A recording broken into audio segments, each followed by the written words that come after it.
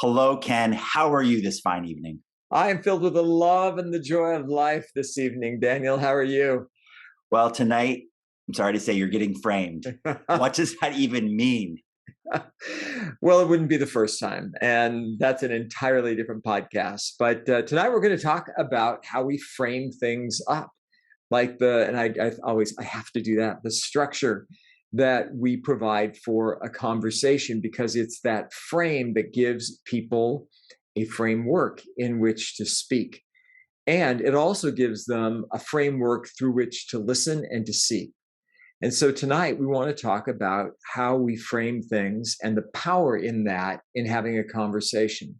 So earlier I was mentioning to you that we've had 2 full days of rain in Phoenix. And when I mentioned that to another one of my friends who lives in a really rainy climate, and I said, oh, it's gray skies. We haven't seen the sun in 2 days. It's been raining consistently.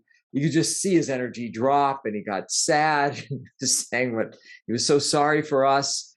And I was smiling and joyous because we live in the desert.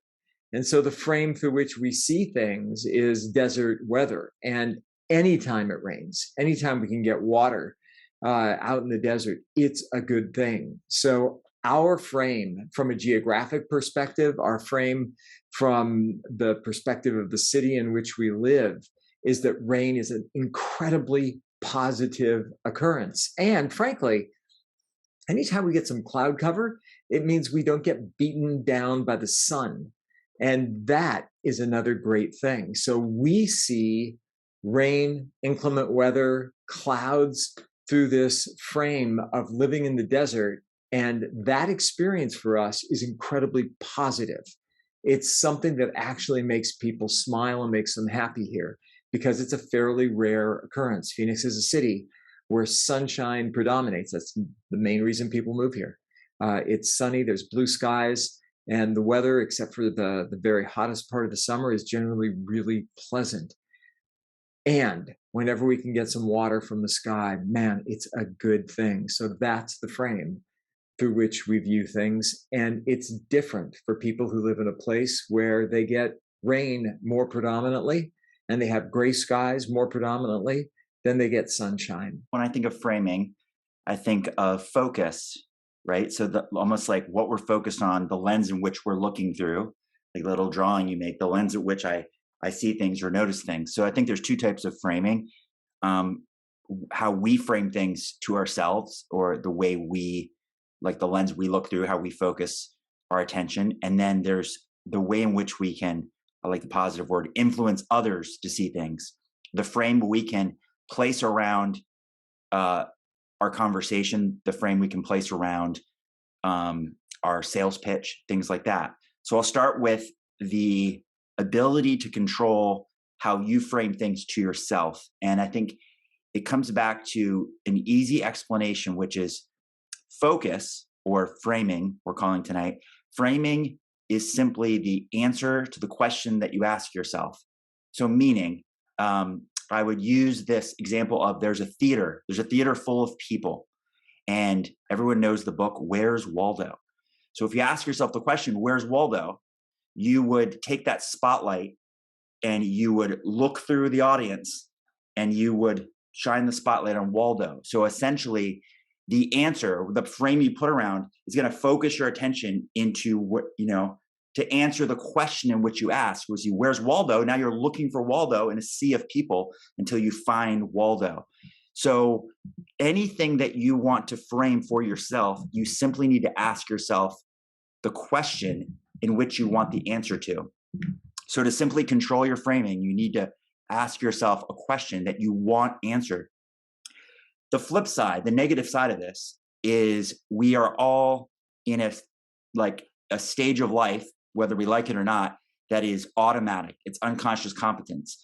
So we tend to already jump to the answer to the question before asking it. So we've already framed most of our lives without asking new questions. We just jump to the answer. So the answer might be, the question might be, how will today be for me? And if you've answered that question so many times, you kind of already know, because you don't want to be a broken record and ask yourself a new question. You just go, today's going to stink. Another day, it's going to be terrible. And so the frame at which you put upon that day is based on the question you ask. But we tend to ask ourselves this question so often that we already go, I already know the answer, right? So I'll give another example that's commonly used, which is the ability to remember names. So people will frame their ability to remember names upon their history of how well they've remembered new names that they were introduced to. So if they tend to forget names, then they place a frame around it. The answer to the question is, will I remember this name, is no.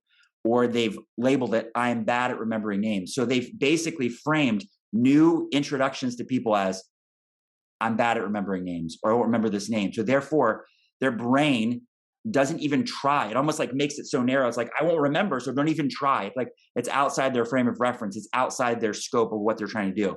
So to simply control how you frame things for yourself is ask yourself the question that gives you the answer that supports whatever you want. So go back to the remembering names. If you want to change the answer, change the way that you're going to be effective, you simply need to ask yourself the question, what do I need to do to remember this name? And then by doing that, you almost open a wider frame for this interaction. So maybe you give yourself a little something. Maybe it's like, I'll re-say it. So when they say it, hi, I'm Ken. Ken, nice to meet you, right? Like just re-saying that name. You open up this new perspective that you look through that gives you a chance to get what you want out of that interaction. So I tend to think of this in terms of parameters, and I keep doing this because it's just necessary. The structure that I have for a conversation is going to have the following parameters. I find this most useful when I'm framing something up in the context of leading a conversation. And I will say it that way. I'll be really transparent. Let me frame up the conversation for us, because oftentimes if we're engaging a topic in the context of a retreat, or engaging the context or engaging a conversation in the context of a team meeting, we know it can go anywhere. Everything is open to interpretation. And what I've found, to your point about focus, is that if I provide parameters, then I actually can see people shift. When I say, look, today our topic is whatever it happens to be. Today our topic is laundry. But the frame I want to put around it is, what's the most economical way to wash your clothes? So it's not the biggest, it's not the broadest context that it can be, but rather we've narrowed it down. I provided parameters, and the parameters with which we're going to discuss is the economy of doing laundry. It's such a crappy example, but I'm going to stay with it. So here's the thing. I think the best way to go with this is just being transparent at the beginning. I want to frame up the conversation so we know the parameters within which we're going to discuss this topic. And again, most topics can literally go any way you want to. Now, if you're in this just for brainstorming, if you're truly in this for like everything is on the table, there's no purpose in doing it. There's no sense in doing it. But if you want to try to guide the conversation, if you want to try to just get answers to a particular part of the subject that you're discussing, framing is one of the most important things that you can do, because it gets everyone on the same page. Doesn't restrict them in terms of that subset of the subject that you're discussing, but it gives everyone an ability to be singing off the same page, and then to contribute to the conversation as it's coming up. Someone's not talking about, go back to the laundry, someone's not talking about, what kind of clothes they buy, and somebody else is talking about how frequently they do laundry. No, we're just talking about economy. We're just talking about the most economical way to do laundry. So we have a singular frame within which to work, and everyone's contributing to that. And I think for me, that provides that sense of focus. It brings everyone into the structure along with me. And then based on that, we're all able to have a conversation that's going to move forward that particular piece of the topic that we want to talk about.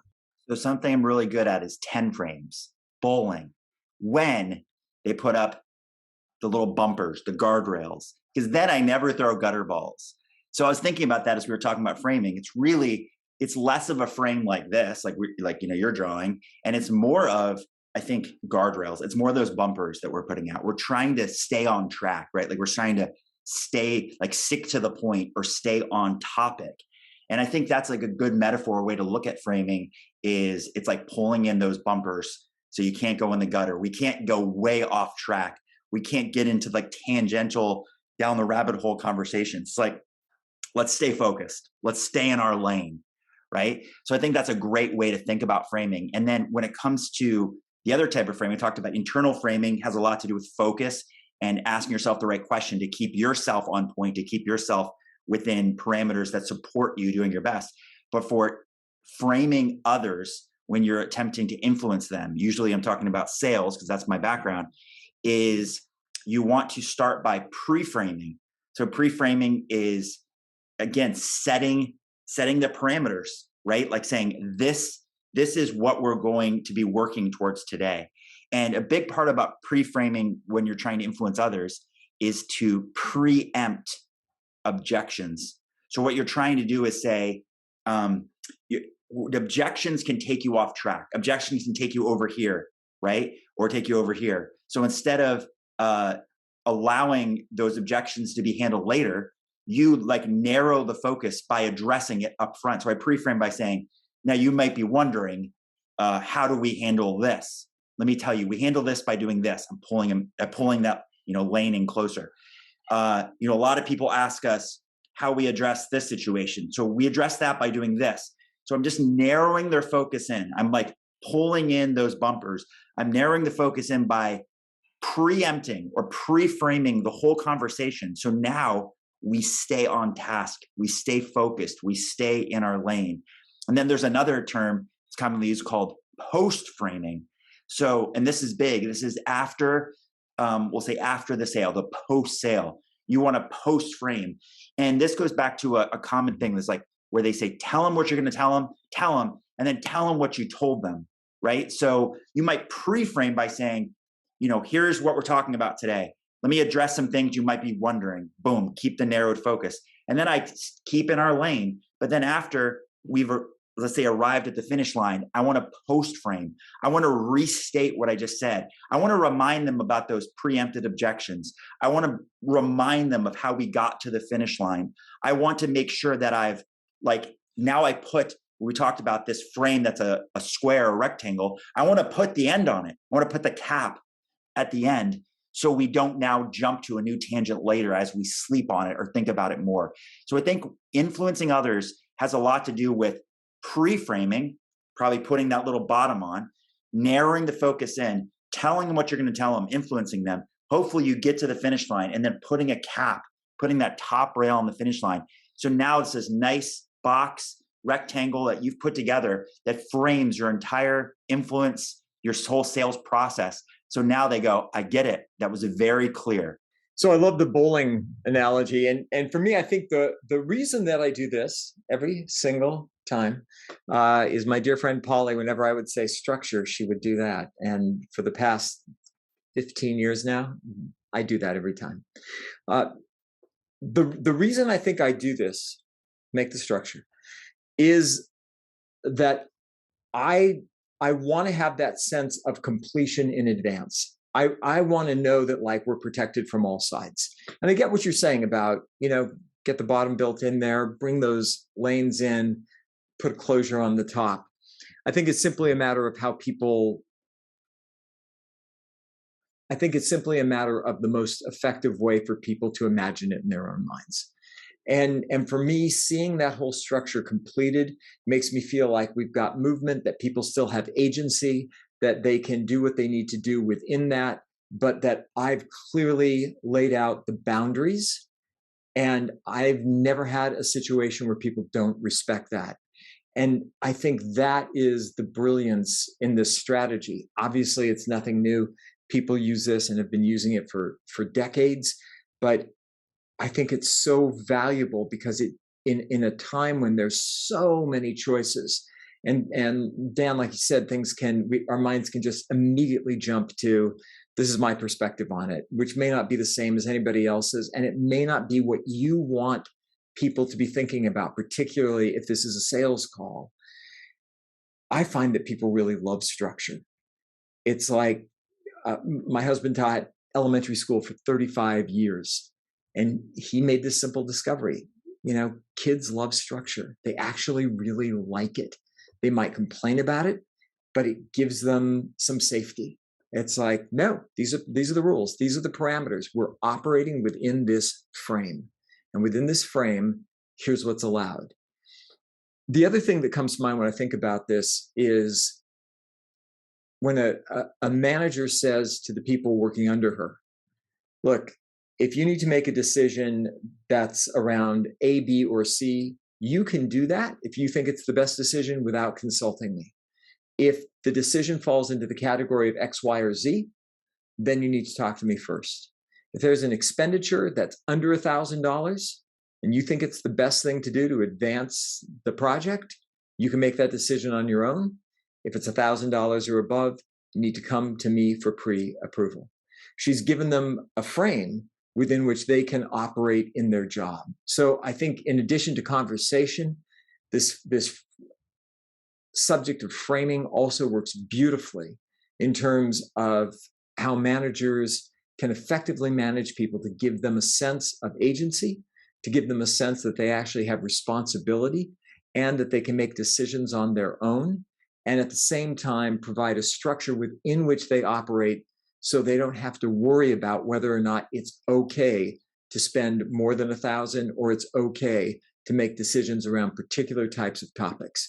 They know in advance, and then they have the freedom to operate within that frame based on what their manager gave them. I would finish with saying, frame your life. And I would say just pick an area of your life. And something that any married person can relate to is vows. Vows are literally the frame of your marriage, right? So a lot of people say the same thing, in sickness and in health, till death do us part. We're making promises, but we're putting those promises within a framework, right? And I'd say even with that, even though that's probably a similar vow that most people have taken in a marriage, you still have over 50% that end in divorce. There's many reasons for that. We're not going down that path. But the point is, pick an area. It could be your health, and make up frames. It's literally almost standards. It's rules that you're establishing for yourself. Make these decisions for yourself. And maybe the frame, a couple examples might be like, I don't eat thing with more than 5 grams of sugar. I don't eat after 7 p.m. at night. But come up with something that frames and puts together your own standards, rules that keeps you in line. But these are things you make up, because it goes back to my original thing. What controls your framing is the question. And if you ask yourself the question, what does it take to make me healthy? If that was your outcome, I want to be healthy. And so you're creating framing. The answer is the question to make you healthy. So you're creating rules, and there are plenty of standards out there. But I really think start that by just picking an area of your life and establishing your own frame around it, putting your own rules surrounding it, exactly like we're intending to do when we say our vows, when we enter a marriage. We're saying, these are the parameters in which I'm promising to live by. So now establish those for yourself and go ahead and frame yourself.